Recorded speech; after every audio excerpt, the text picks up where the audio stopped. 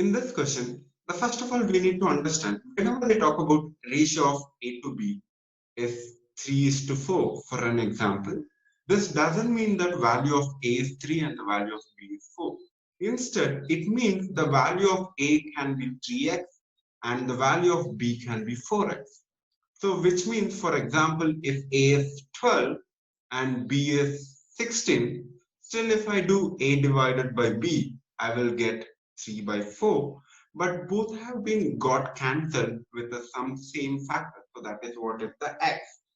So similarly, if I talk about a ratio, here they have given 6 is to 5 is to 20. I can say, if I talk about $5 notes and there are 6x notes, and if I talk about $10 notes and there are 5x number of $10 notes, and similarly if I talk about quarter coins, and quarter coins in terms of dollars would be $0.25 is equals to 1 quarter.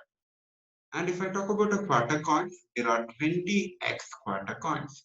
And since the total value is 425, so there are 6x of $5 notes plus there are 5x of $10 notes and there are 20x number of quarter coins, which is nothing but 0.25 times 20x. And this entire thing is equals to $425. So in that case, if I simplify this, this would be 30x plus 50x plus 0.25 times 20 would be 5x equals to 425. And which is nothing but if you add this, it will be 85x equals to 425.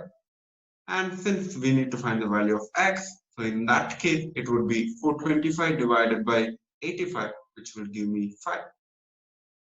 So if x is 5, the question they are talking about, find the number of quarter coins.